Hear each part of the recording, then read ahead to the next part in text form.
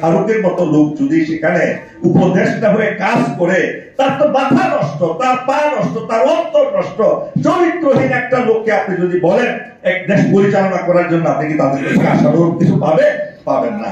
কাদের কাউয়া কাদের নাকি কাদের বলে জানি তাকে, সে এই মরার আগে বলে গেছিল যে 10 থেকে 15 লক্ষ লোককে হত্যা করা হবে। তার মানে কি, সে জানতো এই 15 লক্ষ লোক হল ক্রিমিনাল বাংলাদেশে। কমপক্ষে এই 15 লক্ষ লোক এখানে হয়ে গেছে, এদেরকে ধরবে কারা? সেই পুলিশকে তো সে ধ্বংস করে দিয়ে গেছে। সেই এটা চিন্তা করুন, সেই পুলিশ কিন্তু ধ্বংসপ্রাপ্ত, একেবারেই ধ্বংস, বিদ্রোহী পুলিশ। স্যার ভালো বলতে পারবেন যে বিদ্রোহীদেরকে দিয়ে কি দেশ কি পরিচালনা করা যায়? তারা কি চাকরিতে নিশ্চিত হয় না। তাহলে দেখুন, দ্বিতীয় অর্থ নষ্ট করেছে, অর্থ শেষ করেছে এবং পুলিশকে ধ্বংস করেছে।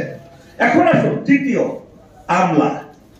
এই পার্শ্ববর্তী, আমি সবসময় কথাটা বলি, এই যে পার্শ্ববর্তী সেক্রেটারিয়েট, এই সেক্রেটারিয়েটকে শুধু সেক্রেটারিয়েট নয়, একদম ইউএনও থেকে শুরু করে, UNO, I tell you, UNO, আগে বলতো টিএনও, এদেরকে থেকে শুরু করে, ম্যাজিস্ট্রেট থেকে শুরু করে একেবারে ক্যাবিনেট সচিব পর্যন্ত সবাইকে চরিত্রহীন করে দিয়ে গেছে, সবাইকে। তো আপনি এখন খুঁজে খুঁজে বাইর করতেছেন রশিদ সাহেবের মতো লোকদেরকে, যারা দীর্ঘ 15-16 বছর ছিল ওএসডি। ওএসডি কি জন্য হয়েছিল জানেন রশিদ সাহেব? জানেন?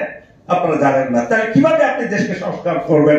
3রা নভেম্বরে একটা ওই এই যে জেলখানায়, আমি জেলখানার উপর ইনশাআল্লাহ কালকে একটা অনুষ্ঠান করব আমার চ্যানেলে।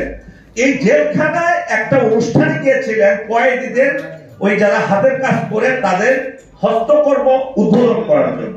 কেন 3 তারিখে গেছেন, 3রা নভেম্বর গেছেন? এটার জন্য তাকে দীর্ঘ 15 বছর ওইটি থাকতে হচ্ছে। তো এইভাবে আপনি আমলাকে শেষ করে দিয়েছেন। তারপরে আসুন, আপনি এই যে শিক্ষা ব্যবস্থার কথা বলে আসে, বিচার ব্যবস্থা, যাদেরকে আপনি যেহেতু এই পুলিশকে ধ্বংস করেছেন, পুলিশটা কাকে অ্যারেস্ট করবে? 15 লক্ষ লোককে অ্যারেস্ট করার ক্ষমতা আছে বর্তমানে? পারবেন না। জেলখানাগুলো একটাও এই 15 লক্ষ লোককে দেখার তাদের শখই নাই, আরো বেশি অ্যারেস্ট করতে হবে। তারপরে আসুন বিচার ব্যবস্থা কি কিছু ছিল? মালিক মিয়ার মতো লোক যদি কোন বিচার ব্যবস্থায় থাকে, সেটা কি বিচার থাকে কিনা বলেন তো? আমি কথা বললে আরো আমার কথাগুলো আপনারা চিন্তা করবেন। আমি যে কথাগুলো বললাম হয়তো কেউ বলবে না, কিন্তু 100 দিনে আপনি চাচ্ছেন অনেক কিছু, কিন্তু আমি যে হাতে দিব ওই হাতটা আমার নষ্ট, যে পা দিয়ে কাজ করবো সেই পাটা আমার নষ্ট, যে মাথা দিয়ে কাজ করবো সেই মাথা আমার নষ্ট। সুতরাং সেই নষ্ট পচা লোক থেকে আবার অন্তর্বর্তীকালীন সরকারের প্রধান উপদেষ্টা বের করে আনছে নষ্ট লোকগুলোকে বিভিন্ন পদে বসানো। আমার শব্দটা চয়নটা হয়তো একটু বেশি গুরুতর হয়ে যাচ্ছে, বাট আপনি যদি চিন্তা করেন, আমি আর কিছু বলতে চাই না, কেননা এখানে সবাই কথা বলতে হবে। আমি সবাইকে সুযোগ দেওয়ার জন্য, আমার কথা ছিল আরো অনেক, 1 ঘন্টা যদি বলি আপনারা শুনবেন, আমি জানি দেশের জন্য কাজ দিবে। আর আমার মতো একটা খুব নগণ্য একজন লোক এই দীর্ঘ 15 বছর সমস্ত রিস্ক নিয়ে যে যুদ্ধ করেছি, প্রতিনিয়ত এখনো যুদ্ধ করে যাচ্ছি, নিজের খেয়ে নিজের পরে, কোনো কিছু চাওয়া পাওয়ার জন্য নয়। আমি চেয়েছিলাম হাসিনা মুক্ত দেশ, এবং আল্লাহ সেটা করেছেন। কিন্তু এখন এই পুনর্গঠনে দেশে আমাদের সকলকে কাজ করতে হবে, এবং লিপ সার্ভিস দিচ্ছি আমরা। প্রত্যেক দিন হয়তো 10টা 15টা সেমিনার হচ্ছে। সরকার কি এখান থেকে কোনো উপাদান নিয়ে যাচ্ছেন? এখানে কি সাজেশন দিলেন? কি কথা বলা হচ্ছে? লিস্ট কি আমরা সরকারের কাছে পাঠাতে পারছি না? সুতরাং কাজ হবে না। সুতরাং আপনাদেরকে বলবো, সবাই একটা জিনিস এই দেশকে বর্তমানে রক্ষা করতে পারে, সেটা হলো বাংলাদেশের 2টি বৃহৎ দল, বিএনপি এবং জামাত ইসলামী।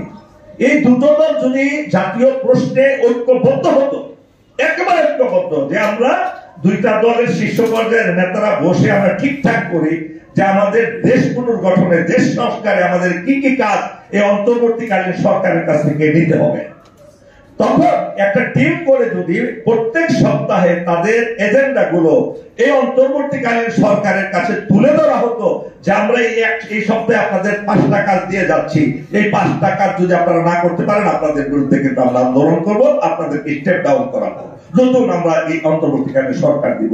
প্রত্যেক সপ্তাহে যদি এই 2টা দলের 10 জন লোক গিয়ে বসতেন সকালবেলা, শনিবারে বা রবিবারে, প্রধান উপদেষ্টা এবং উপদেষ্টা মন্ডলীর কাছে তাহলে কি এই দেশে কাজ হতো কি হতো না একবার চিন্তা করে দেখবেন। আল্লাহ